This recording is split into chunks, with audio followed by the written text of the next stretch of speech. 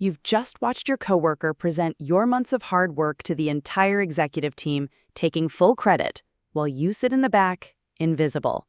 Your blood is boiling, your hands are clenched, and you're thinking one thing: not again. Well, what if I told you that sometimes the sweetest revenge comes from simply giving people exactly what they want? This is the story of how I turned my credit-stealing coworker's greed into her own professional nightmare. If you've ever felt that burning desire for workplace justice, smash that subscribe button right now. Hit like if you're ready to witness some perfectly calculated revenge, and drop a comment telling me about your own workplace horror stories. Trust me, you're going to want to see how this unfolds. Let's dive in. Let me paint you a picture of Sarah. Sarah was the kind of coworker who made your skin crawl every time she walked into the office. She had this perfectly practiced smile, the kind that never quite reached her eyes, and an uncanny ability to appear out of thin air whenever someone was about to present their work. Picture a vulture in designer blazers, circling overhead, waiting for the perfect moment to swoop down and claim her prize. I'd been working at this mid-sized consulting firm for about 3 years, grinding away in the analytics department. I loved the work, diving deep into data, uncovering patterns, crafting insights that could transform entire business strategies. The office had that corporate energy that buzzed with ambition and caffeine, fluorescent lights humming overhead, while keyboards clicked in rhythmic harmony. But there was one massive problem: Sarah. She occupied the corner cubicle, the one with the slightly better view of the parking lot, and she treated it like her personal kingdom. Her desk was always immaculate, decorated with fake plants and motivational quotes that felt more like warnings than inspiration. "Success is taking what belongs to you," read one particular plaque that now seems prophetic. Sarah had been with the company for 5 years, long enough to know where all the bodies were buried and which executives responded to what kind of flattery. She was technically my senior, which gave her just enough authority to be dangerous, but not enough responsibility to be held accountable. She moved through the office like she owned it, collecting information, making connections, and always watching for opportunities. The way she dressed was almost theatrical: power suits that cost more than my monthly rent, jewelry that caught the light just so, and shoes that clicked against the linoleum with the precision of a metronome. Everything about her screamed calculated success, from her perfectly straightened hair to her manicured nails that tapped impatiently during meetings. But I had no idea what she was truly capable of. The first time it happened, I thought it was a misunderstanding. I'd spent weeks on a market analysis project, pulling late nights that left my eyes bloodshot and my back aching from hunching over spreadsheets. I was surviving on vending machine coffee and determination, analyzing competitor data with the obsessive focus of a detective solving a cold case. This wasn't just work, this was art. I was building predictive models that could forecast market trends with frightening accuracy. The night before the presentation, I sent Sarah my nearly complete report, asking for her input on just the executive summary. She was, after all, technically my senior, and I wanted to make sure I was presenting the information in the most strategic way possible. "Just need your eyes on this, want to make sure we're positioning it correctly for the executives," I wrote in the email. Her response came within minutes: "Looks great, I'll add a few thoughts and we'll be ready to go." The next morning, I walked into the conference room expecting to present my findings. I had my notes ready, my talking points memorized, and that nervous energy that comes with knowing you're about to showcase your best work. The conference room smelled like fresh coffee and dry erase markers, and the executives were already seated, their laptops open and ready. Instead, I watched in horror as Sarah stood at the head of the table, clicking through my slides, presenting my analysis as if she'd birthed every insight herself. She'd added maybe 3 bullet points to the summary slide and somehow transformed from collaborator to sole author overnight. My work, my sleepless nights, my breakthrough insights, all flowing from her lips like she'd discovered fire. "As you can see from my analysis," she said, gesturing to a chart I'd spent days perfecting, "the market opportunity is substantial." My stomach dropped. This wasn't collaboration, this was theft. I sat there, speechless, my stomach churning with a mixture of rage and disbelief. The conference room suddenly felt too small, too hot, like the walls were closing in. My hands were trembling slightly, and I had to grip the edge of the table to keep them still. The executives were nodding, impressed by what they believed was Sarah's brilliant analysis. This trend modeling is particularly insightful. How did you approach the data normalization? I watched Sarah's face for any sign of panic, any indication that she might admit she hadn't actually done the work. Instead, she launched into a rehearsed explanation that sounded impressive, but was clearly lifted from my documented methodology. She was reading from my script, performing my work, like an actor who memorized lines without understanding the play. "Great work, Sarah," the department head said after the presentation. "This is exactly the kind of strategic thinking we need more of." The praise hit me like a physical blow. I wanted to scream. I wanted to stand up and shout. That's my work. But I was young, I was junior, and I was terrified of looking petty or unprofessional. The corporate hierarchy felt like a weight on my chest, crushing any impulse to speak up. After the meeting, Sarah approached me with that practiced smile. "Thanks for your help with the research," she said, as if I'd been her assistant rather than the architect of the entire analysis. Collaboration. The word tasted bitter in my mouth. I managed to nod and mumble something about teamwork, but inside I was screaming. I walked back to my desk on unsteady legs, feeling like I'd just witnessed my own professional murder. But I told myself it was a one-time thing. People make mistakes. Maybe she got carried away in the moment. But it wasn't a one-time thing. It happened again 2 months later, and again 3 months after that. Each time, the pattern was identical. I'd do the heavy lifting, Sarah would add minimal input, and then she'd present it as her own masterpiece. I started to feel like I was living in a nightmare that repeated itself with slight variations. I began to recognize the signs, the way she'd hover around my desk when I was deep in analysis, her shadow falling across my monitor like an omen. The casual questions about my progress that felt more like reconnaissance than curiosity. "How's that customer segmentation analysis coming along?" she'd ask, leaning against my cubicle wall with fake interest. "Any interesting patterns emerging?"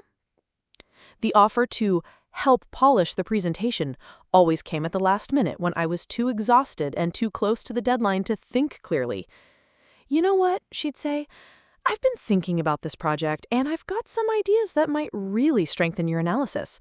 Why don't you send me what you have?" And like an idiot, I'd send it.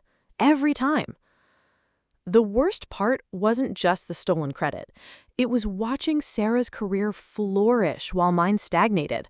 She got promoted to senior analyst while I remained stuck in the same position. She got raises that I could only dream of. She got invited to executive meetings while I was left to manage the day-to-day grunt work. During company all-hands meetings, I'd watch her stand up during the team achievements section, rattling off accomplishments that were built on my work. She'd smile and wave while people applauded, and I'd sit there clapping along like some kind of masochistic spectator at my own professional execution. The recognition she received was built on a foundation of my work, my insights, my late nights staring at spreadsheets until my eyes burned and my brain felt like mush. I started having conversations with myself in the mirror. "You need to speak up," I'd tell my reflection while brushing my teeth. "You need to document everything. You need to fight back." My reflection would stare back with tired eyes and doubt written across its face. But every time I considered it, I'd imagine the uncomfortable meeting with HR, the he said, she said dynamic that would inevitably make me look petty and jealous. Sarah was clever. She never left obvious fingerprints.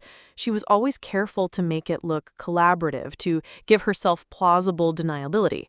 "Thanks for your help with the research," became her standard line. Help.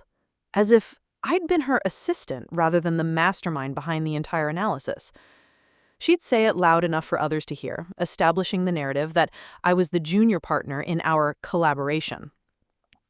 I started keeping detailed records of my work, time-stamped documents, email chains that showed my contributions. I built a digital paper trail that would make a forensic accountant proud. But what was I going to do with it?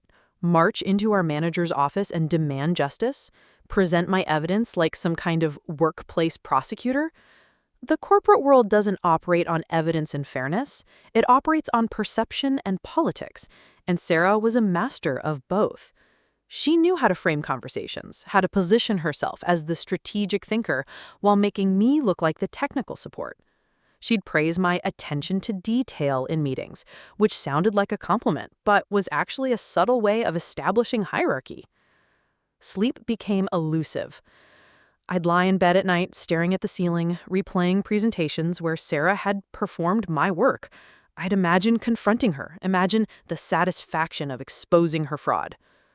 But morning would come and I'd walk into the office, smile politely, and hand over my latest analysis for her to steal. The cycle was destroying me, but I felt powerless to break it. The breaking point came 6 months later, and it arrived in the form of our department's biggest project of the year. We'd been assigned a comprehensive strategic analysis for a potential acquisition, the kind of work that could make or break careers. This wasn't just another quarterly report or market assessment. This was the project that would determine who got promoted, who got bonuses, and who got noticed by the C-suite. Success here meant visibility with the executives who actually make decisions about careers. It meant your name being mentioned in boardrooms and your insights being quoted in strategic planning sessions. For someone like me, stuck in the middle of the corporate hierarchy, this was a golden opportunity to finally break through. I threw myself into it with everything I had. I was working 12-hour days, arriving at the office before the security guard and leaving after the cleaning crew. I was surviving on coffee and determination, my desk becoming a war room covered in financial statements, market research, and competitive analysis. I spent weeks researching the target company, diving deep into their financials like an investigative journalist uncovering a conspiracy. I analyzed their competitive landscape, mapped their strategic positioning, and built financial models that would make Wall Street analysts weep with joy. This wasn't just work. This was my masterpiece. I was creating something so undeniably mine that Sarah couldn't possibly claim it. Every calculation was documented, every insight was backed by rigorous analysis, and every conclusion was supported by data that I'd personally verified. This was my chance to finally create something that would speak for itself. But as the deadline approached, I could feel it happening again. Sarah started showing up at my desk more frequently, her presence like a storm cloud on the horizon. "How's the big project coming?" she'd ask with that fake concern that made my teeth ache. The vulture was circling again, and I knew it was only a matter of time. 3 days before the presentation, Sarah made her move. She perched on the edge of my desk like she owned it, her perfectly manicured fingers drumming against the surface.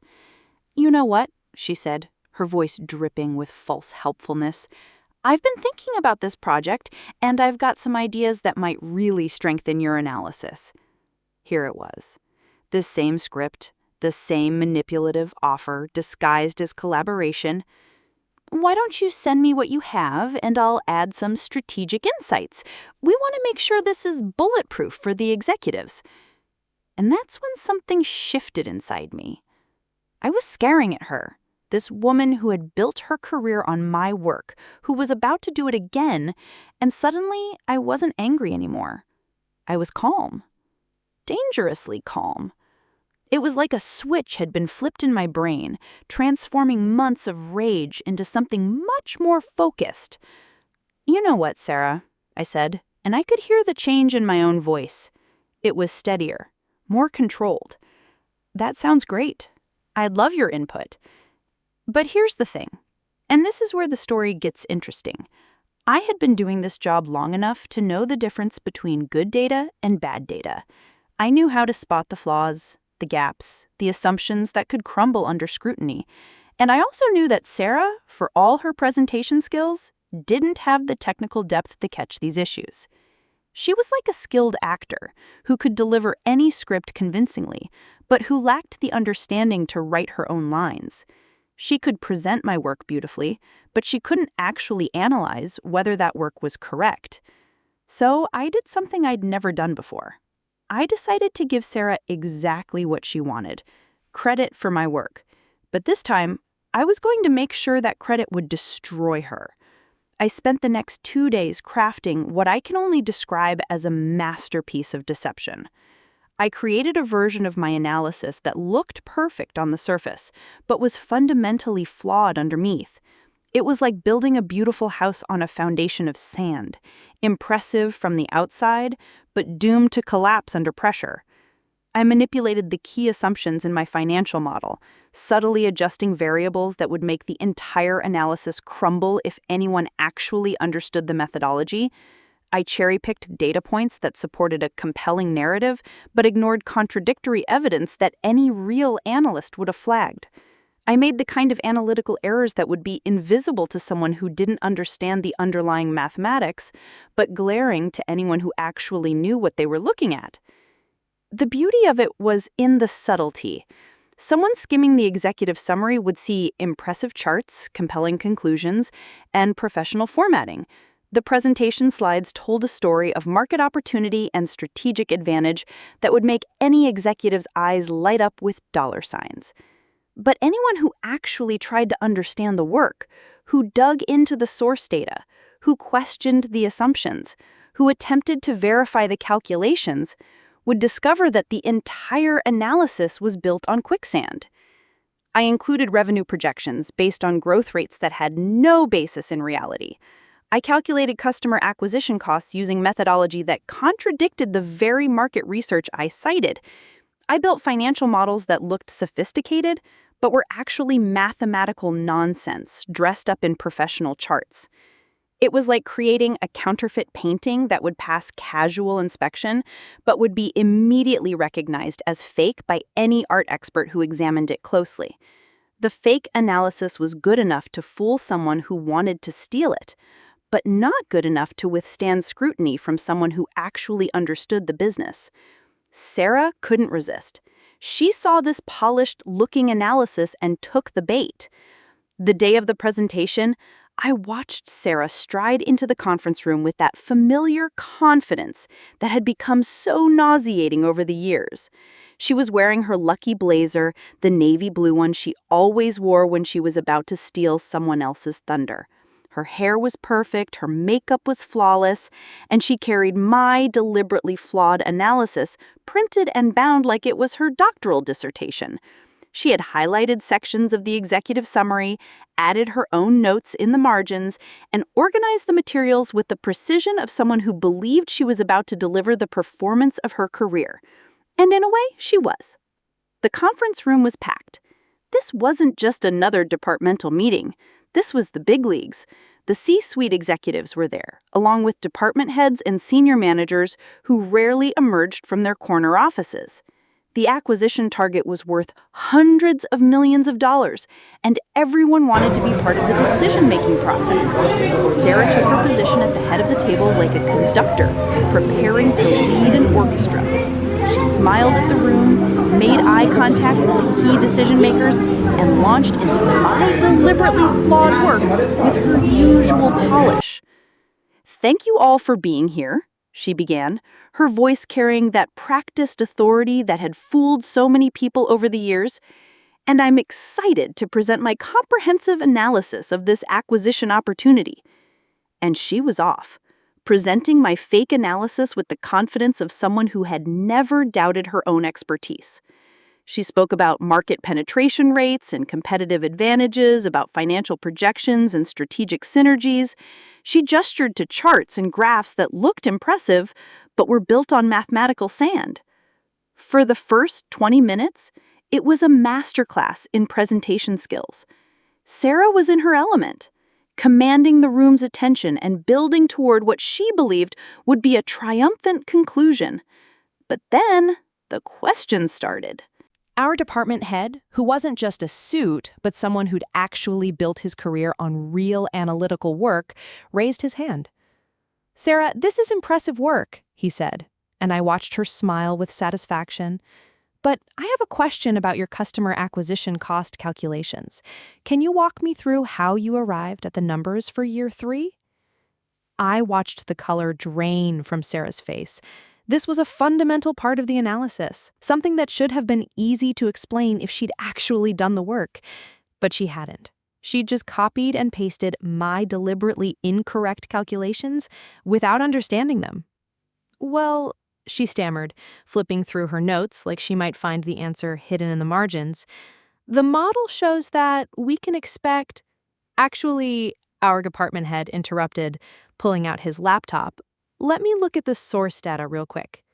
He spent maybe 30 seconds reviewing the spreadsheet, and I could see the exact moment when he spotted the flaws.